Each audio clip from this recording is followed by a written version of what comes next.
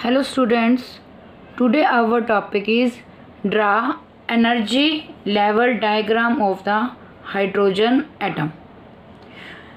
तो हमने last topic पढ़ी थी energy level of hydrogen atom is -13.6 by में n का स्क्वायर। क्लियर। ये क्या थी? Energy of the nth orbit. ये क्या थी हमारे पास? Energy of the nth orbit.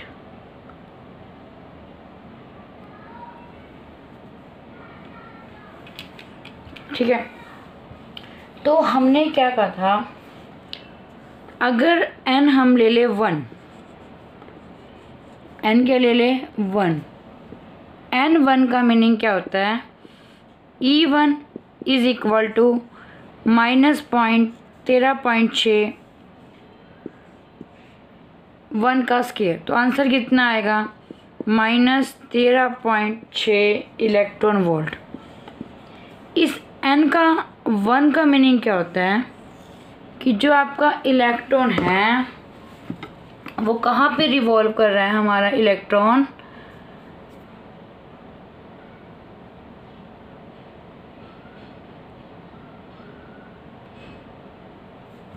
पहले ऑर्बिट में। कहाँ रिवॉल्व कर रहा है? सबसे इनर मोस्ट ऑर्बिट में। तो उसका फॉर्मूला आया E1 -13.6 इलेक्ट्रॉन वोल्ट। क्लियर। ये कौन सा ऑर्बिट हो गया हमारे पास? Inner most orbit. अब हम बात करते हैं for n is equal to 2 के लिए। और आपको ये बात याद रखनी है, ये E1 स्टेट है वो कौन से स्टेट को रिप्रेजेंट कर रही है? ग्राउंड स्टेट को। क्लियर। किसको रिप्रेजेंट कर रही है? ये ग्राउंड स्टेट को।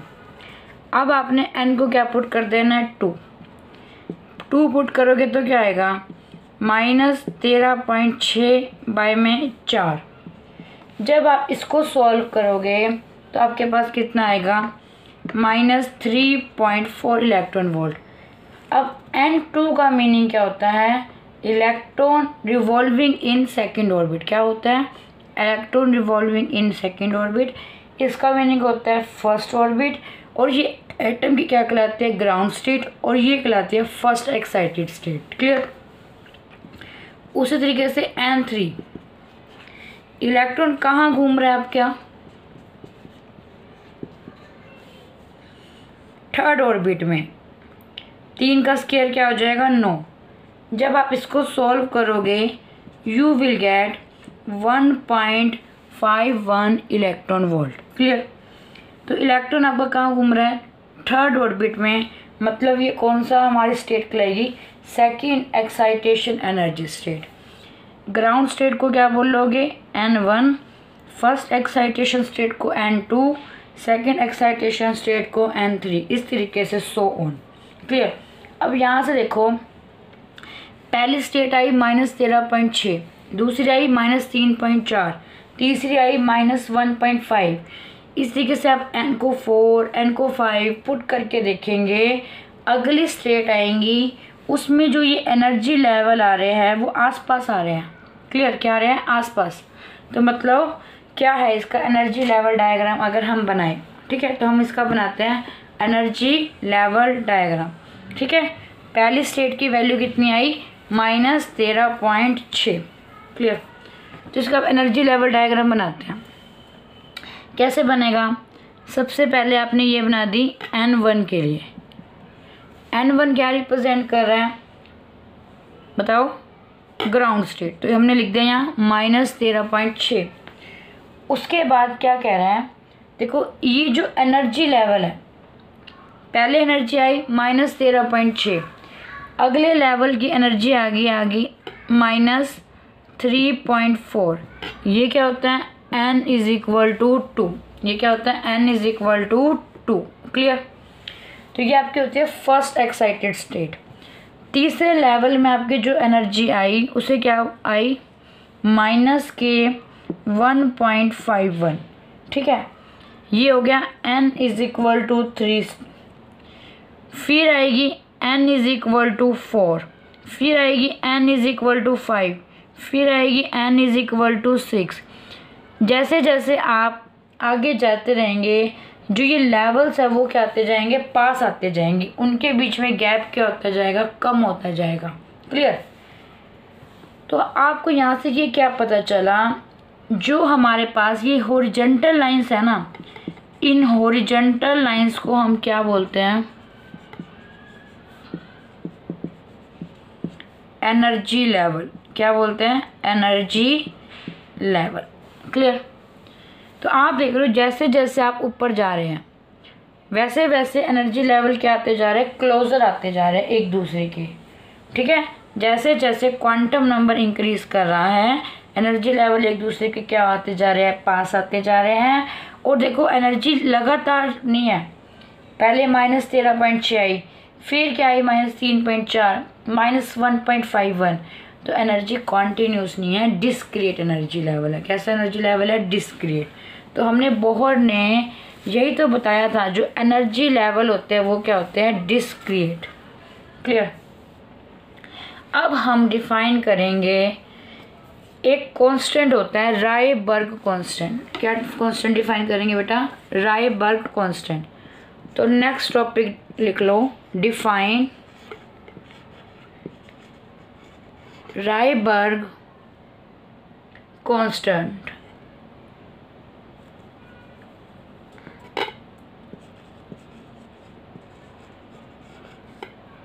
क्या होता है ये रायबर्ग कांस्टेंट, इसको समझने से पहले बोहर का एक फोर्थ पोस्टुलेट बताया था मैंने। वो फोर्थ पोस्टुलेट क्या था, अगर एटम आपका हायर स्टेट से कहाँ जंप करता है, लोअर स्टेट में। अगर आपका एटम कहाँ जंप करता है, हायर स्टेट से लोअर स्टेट में, तो क्या होता है, जो फालतू बची हुई एनर्जी होती है वो किस फॉर्म में रेडिएट हो जाती है, फोटोन की फॉर्म में। तो हम क्या लिख सकते हैं, बोलो। E2 मान लो हायर स्टेट है, E1 क्या है, मान लो लोअर स्टेट है। तो एनर्जी क्या आएगी, h न्यू के इक्वल। ठीक है, जितना गैप होगा उतनी क्या निकलेगी, एनर्जी। एज हमने nth ऑर्बिट के लिए एनर्जी निकाली थी, वो क्या आई थी, -mE4। आगे बोलो क्या आई थी, 8h का स्क्वायर, एप्सिलॉन का स्क्वायर, n का स्क्वायर। ये हमारे पास था nth ऑर्बिट के लिए। हमने हायर ऑर्बिट को मान लिया E2, लोअर ऑर्बिट को क्या मान लिया, E1। ये कहाँ से आया, बोहर के फोर्थ पोस्टुलेट से। अगर यहाँ मैं E2 लिखना चाहूँ तो E2 बोलो क्या होगा, -mE4। ठीक है, आगे 8h का स्क्वायर, एप्सिलॉन का स्क्वायर, n की जगह क्या लिख दूँ, n2 का स्क्वायर। मतलब हाईएस्ट स्टेट को मैंने क्या मान लिया, n2। आगे बोलो माइनस यह क्या हो जाएगा, प्लस। तो क्या लिख दूँ, mE4, 8h का स्क्वायर, एप्सिलॉन का स्क्वायर, n1 का स्क्वायर। अब देखो ये किसके इक्वल आएगा, ये इक्वल आएगा h न्यू के। क्लियर। अब देखो इस पूरे में से जो जो फैक्टर्स कॉमन आते हैं उन्हें निकाल देते हैं। कॉमन आ रहा है mE4, नीचे से कॉमन आ रहा है 8h का स्क्वायर आ गया, और क्या कॉमन आउट आ रहा है, एप्सिलॉन का स्क्वायर। अंदर क्या बचेगा, 1/n2 का स्क्वायर माइनस n1 का स्क्वायर। किसके इक्वल आया, h न्यू। क्लियर। अब देखो इस न्यू को हम क्या लिख सकते हैं, c/λ। फ्रिक्वेंसी और वेवलेंथ में कुछ रिलेशन होता है, वो क्या होता है, c/λ में। तो हम लिख देंगे mE4, 8h का स्क्वायर, एप्सिलॉन का स्क्वायर, 1/n2 का स्क्वायर माइनस n1 का square is equal to h nu की जगह में लगा दिया c/λ। यहाँ से सिर्फ तुम फाइंड आउट करो वैल्यू ऑफ 1/λ की। क्लियर। किसकी वैल्यू फाइंड आउट करो, 1/λ की। मैंने क्या किया, सबसे पहले रायबर्ग कांस्टेंट डिफाइन करना था, तो हमने बोहर का फोर्थ पोस्टुलेट यूज़ किया। वो पोस्टुलेट क्या था, जब आपका इलेक्ट्रॉन हायर से लोअर आएगा तो फोटोन के फॉर्म में क्या निकालेगा, एनर्जी। उस एनर्जी को मैंने क्या लिख दिया, एच न्यू। हमें nth ऑर्बिट के लिए एनर्जी पता थी, वहाँ पे n2 और n1 लगा के कॉमन आउट करके एक रिलेशन निकाल दिया। अब हम निकालेंगे 1 में लैम्डा। क्या निकालेंगे, 1 में लैम्डा। इसको निकाल के हम यहाँ से एक कांस्टेंट डिफाइन करेंगे। उस कांस्टेंट को मैंने क्या बोलना है, रायबर्ग कांस्टेंट। अगर मैं यहाँ से 1 लैम्डा लिखूँ तो क्या आएगा, 1 लैम्डा बोलो, Me4। ठीक है बेटा। आगे 8H का स्क्वायर, आगे एप्सिलॉन का स्क्वायर, और ये H और C कहाँ चले जाएंगे, नीचे, तो क्या आ जाएगा, HC। अंदर क्या बचेगा, 1/N2 का स्क्वायर माइनस के 1/N1 का स्क्वायर। क्लियर। तो 1 लैम्डा किसके इक्वल आया, Me का 4, 8H³ एप्सिलॉन का स्क्वायर C, 8H³ एप्सिलॉन का स्क्वायर C। क्लियर। अंदर क्या बचा, 1/N2 का स्क्वायर माइनस N1 का स्क्वायर। देखो ये M क्या है, मास ऑफ इलेक्ट्रॉन, E क्या है, चार्ज ऑन इलेक्ट्रॉन, 8 क्या है, कांस्टेंट, H क्या है, प्लैंक कांस्टेंट, एप्सिलॉन क्या है, परमिटिविटी, C क्या है, स्पीड ऑफ लाइट। देखा जाए तो ये पूरा फैक्टर एक कांस्टेंट आ रहा है। इस कांस्टेंट को हमने बोल दिया R, इसी को बोलते हैं रायबर्ग कांस्टेंट। समझ आ गया। तो यहाँ से ये क्या बचेगा, 1/N2 का स्क्वायर माइनस 1/N1 का स्क्वायर। इसको बोलते हैं हम R को कांस्टेंट। ठीक है, इस R को हम क्या बोलते हैं, कांस्टेंट। और इस कांस्टेंट की वैल्यू बोलो क्या है, Me4, आगे 8 एप्सिलॉन का स्क्वायर CH का क्यूब। और इस कांस्टेंट की वैल्यू आपको याद रखनी है। इसको जब सॉल्व करोगे तो आएगा 1.097 10⁻⁷। इसका नाम क्या है, R का रायबर्ग कांस्टेंट। अब इसकी यूनिट क्या होगी, देखो ये तो एक नंबर है, तो R किसके इक्वल है, 1 लैम्डा के। लैम्डा की यूनिट क्या होती है, मीटर, तो इसकी यूनिट क्या आएगी, मीटर इनवर्स। क्लियर। ये वैल्यू लर्न होनी चाहिए, डायरेक्ट क्वेश्चन आता है।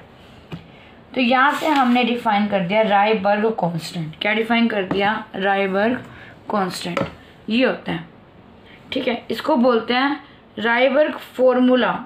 ये वाला फॉर्मूला क्या कहलाता है, रायबर्ग फॉर्मूला फॉर हाइड्रोजन एटम।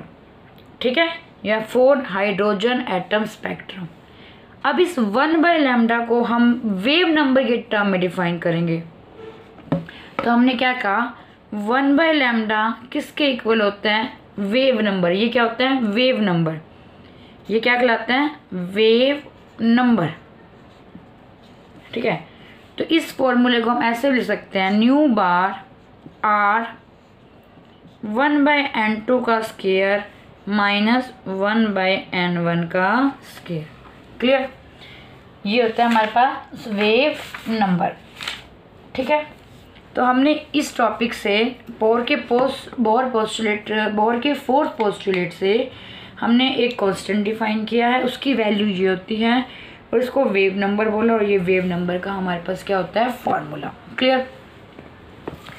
उसके बाद हम डिफाइन करेंगे स्पेक्ट्रल लाइंस। क्या डिफाइन करेंगे, स्पेक्ट्रल लाइंस। क्या होती है स्पेक्ट्रल लाइंस, रदरफोर्ड में हमने पढ़ा था कि उसका एक पोस्टुलेट था। उसने कहा था स्पेक्ट्रा कैसा मिलता है, कॉन्टिन्यूस। कैसा मिलता है, कॉन्टिन्यूस। पर मैंने क्या कहा था उसमें कि एक्सपेरिमेंटल क्या प्रूफ हुआ था कि स्पेक्ट्रा कैसा मिलता है, डिस्क्रीट। ठीक है, तो जो ये स्पेक्ट्रा मिला था उसके बारे में हम डिस्कस करते हैं। तो हमारे पास टॉपिक होगा अगला various spectral series of various spectral series of hydrogen atom spectrum। क्या टॉपिक है, क्लियर? मैं टॉपिक पे दोबारा आऊँगी नाम पे, पहले मैं क्लियर करती हूँ क्या मीनिंग है। कि अभी हमने कहा इलेक्ट्रॉन जंप करता है हायर से लोअर, तो क्या निकलती है, रेडिएशन। अब रेडिएशंस निकलेगी तो उसकी वेवलेंथ होगी और उसकी क्या होगी, फ्रीक्वेंसी। उसी को हम बोलते हैं स्पेक्ट्रल लाइन। क्या बोलते हैं उसी को, स्पेक्ट्रल लाइन। ठीक है, तो इसके अंदर 5 सीरीज डिफाइन करेंगे। वैसे और भी होती है, छठी भी होती है हाइड्रोजन की, पर हम इसमें सिर्फ 5 है हमारे सिलेबस में, हम 5 डिफाइन करेंगे। तो पहली सीरीज है आपकी लाइमन सीरीज। तो first series will be Lyman series. तो पहली सीरीज है आपकी लाइमन। लाइमन सीरीज क्या होती है, सबसे पहले तुम्हें मैंने एक फॉर्मूला कराया, भी वो फॉर्मूला याद रखना है। 1/λ r 1/n2 का स्क्वायर माइनस n1 का स्क्वायर। बहुत आसान है। देखो, अगर आपका इलेक्ट्रॉन कहाँ से कहाँ जंप करता है, किसी भी हायर ऑर्बिट, हायर ऑर्बिट को मैंने क्या बोला है, n2, मतलब पहले में जंप करे किसी भी हायर ऑर्बिट से। कहाँ से जंप करे, पहले में जंप करे किसी भी हायर ऑर्बिट से पहले में। तो n2 क्या होना चाहिए, n1 तो क्या हो गया 1, n1 क्या हो गया 1, तो n2 क्या होगा 2 3 4 अप टू इन्फिनाइट। समझा क्या, डेफिनेशन नहीं लिख रही मैं, डायरेक्ट बता रही हूँ कि अगर इलेक्ट्रॉन आपका जंप करता है कहाँ से, पहले ऑर्बिट में, कहाँ से, दूसरे तीसरे चौथे मतलब हायर से, तो उस चीज़ को बोलते हैं लाइमन। एक तो ये बात याद रखनी है। दूसरी आपको बात वो याद रखना है कि अब ये जंप करेगा तो फिर वो फोटोन निकलेंगे तो उसकी कोई वेवलेंथ या फ्रीक्वेंसी होगी। ठीक है, तो जो ये वेवलेंथ निकलती है वो कौन से रीजन की निकलती है, यूवी रीजन की। कौन से रीजन की निकलती है, यूवी। तो Lyman series lie in the UV region, Lyman series lies in the UV. इस फॉर्मूले को याद रखो। अगर इलेक्ट्रॉन पहले में गिरता है किसी भी हायर से, तो जो हमें वेवलेंथ मिलती है, जो वेवलेंथ या स्पेक्ट्रा मिलता है जिस फ्रिक्वेंसी का, उस सीरीज को हमने बोला लाइमन सीरीज। क्लियर। उसके बाद हम डिस्कस करते हैं दूसरी सीरीज। दूसरी का नाम है बाल्मर। बहुत आसान है, याद सीरियल वाइज याद रखनी है, लाइमन बार्मर। क्या होती है बार्मर, अभी आपने लाइमन में इलेक्ट्रॉन को गिराया पहले में, अब तुमने इलेक्ट्रॉन को कहाँ गिराना है, दूसरे में। तो n1 कितना हो जाएगा 2, तो n2 कहाँ से स्टार्ट होगा 3 4 5 6 7, हाइयर तो यही होंगे इसके कंपैरिजन में। और ये आपकी जो बाल्मर सीरीज होती है वो लाइक करती है विजिबल रीजन में। पहली मैंने लाइमन बताई, दूसरी मैंने बताई बाल्मर। बाल्मर सीरीज में इलेक्ट्रॉन जंप करेगा सेकंड ऑर्बिट में, कहाँ से, किसी भी हायर ऑर्बिट से। और ये कौन से रीजन में लाइक करती है, विजिबल में। ये इसकी डेफिनेशन होगी और ये इसके फॉर्मूला से हो गया। ठीक है। थर्ड होती है आपकी पास्चन सीरीज। पास्चन सीरीज में n1 क्या होगा 3, n1 क्या होगा 3। आपका इलेक्ट्रॉन तीसरे ऑर्बिट में जंप करे किसी हायर से, तो हायर बोलो क्या होगा 4 5 6 अप टू इनफाइनाइट। समझ आ गया? When an electron jump from third to an a higher. Clear? तो हमारे पास ये लाई करती है हमारे पास इंफ्रारेड रीजन में। कौन सी रीजन में लाई करती है? इंफ्रा। पहली थी लाइमन, दूसरी थी बाल्मर, तीसरी थी पास्चन। पहले ऑर्बिट में इलेक्ट्रॉन गिरे किसी हायर से तो उसे बोलते हैं हम लाइमन सीरीज, दूसरे में गिरे तो बाल्मर सीरीज, तीसरे में गिरे पास्चन सीरीज, चौथे में गिरे तो उसे हम बोलते हैं ब्रैकेट। क्या बोलते हैं उसे? Brackett series. ब्रैकेट सीरीज में क्या होगा? कहाँ जंप करेगा इलेक्ट्रॉन? चौथे में, किसी हायर से। तो हायर क्या होंगे? 5, 6, 7 वगैरह। ठीक है? और ये भी कौन से रीजन में लाई करती है? इंफ्रारेड में। किस में लाई करती है? इंफ्रारेड में। क्लियर? पांचवी सीरीज होती है आपकी पी फंड। पांचवी क्या होती है बेटा? P fund. P fund series में इलेक्ट्रॉन कहाँ जंप करेगा? 5वें ऑर्बिट में। कहाँ से? किसी भी हायर ऑर्बिट में। तो वहाँ कौन सा रीजन होगा? यहाँ पे भी इंफ्रारेड। कौन सा होगा? इंफ्रारेड। अब समझ आ गया इस लाइन का meaning? Various spectral series of hydrogen atom spectra. ये जो सीरीज आई है इसको बोलते हैं स्पेक्ट्रा सीरीज, और इसको क्या बोलते हैं? हाइड्रोजन एटम के लिए होती है ये। तो कितनी सीरीज याद रखनी है? 5। पहली लाइमन, दूसरी बाल्मर, तीसरी पास्चन, चौथी ब्रैकेट, 5वीं पी फंड। लाइमन मीन्स पहले ऑर्बिट में हायर से। कौन से रीजन में लाई करता है? यूवी में। बाल्मर मीन्स दूसरे ऑर्बिट में किसी भी हायर से। किस में लाई करता है? बाल्मर में। और कौन से रीजन में लाई करता है? विजिबल में। पास्चन में तीसरे किसी भी हायर से, इंफ्रा। ब्रैकेट में चौथे में किसी भी हायर से, इंफ्रारेड। पी फंड में 5th में किसी भी हायर से, इंफ्रारेड। पहली यूवी, दूसरी बाल्मर सीरीज में आएगा विजिबल, तीनों फिर बाकी रहेंगी इंफ्रारेड। अब इसका स्पेक्ट्रा ड्रॉ करना है। अभी मैंने बताया लेवल्स को किससे डिफाइन करते हैं? हॉरिजॉन्टल लाइन से। ये इवन स्टेट है। ये क्या बताती है? ग्राउंड। ये कौन सी है? दूसरी स्टेट। ये कौन सी है? तीसरी। ये कौन सी है? चौथी। ये कौन सी है? 5वीं। ठीक है? 5 ही बना दी, आगे भी होंगी, वो पास पास आती जाएंगी। ठीक है? E1, E2,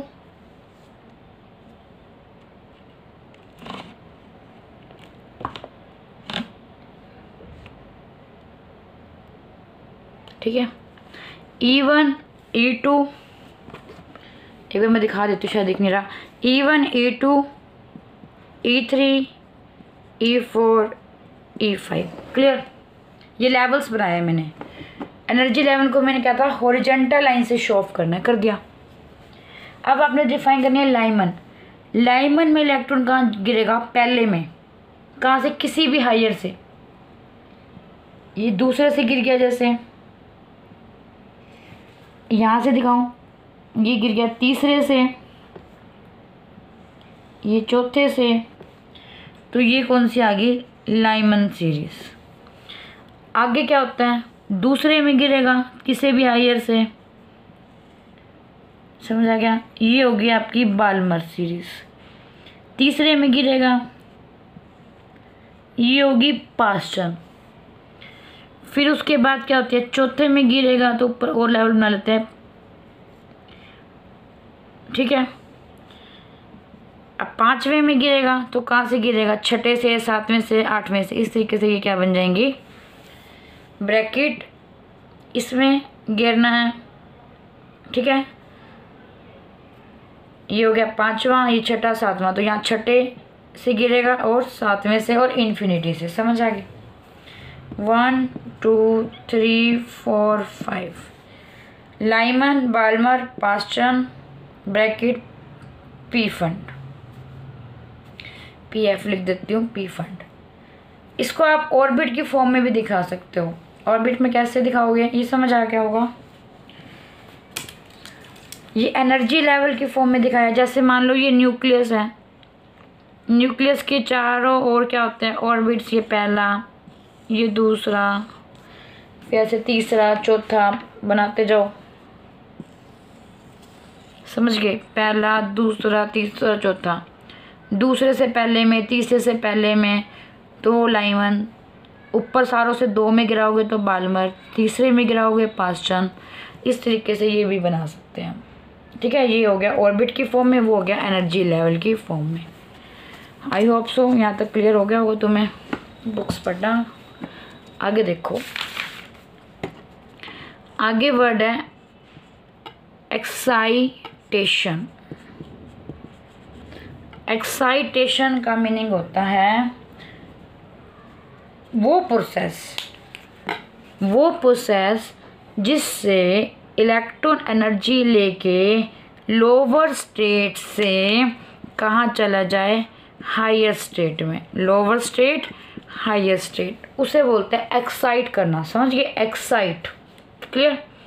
एक्साइटेशन मीन्स वो प्रोसेस जिससे इलेक्ट्रॉन एनर्जी लेके कहाँ चला जाए, लोअर से हायर, ठीक है। एक्साइटेशन का मीनिंग तो ये हो गया एक्साइट करना।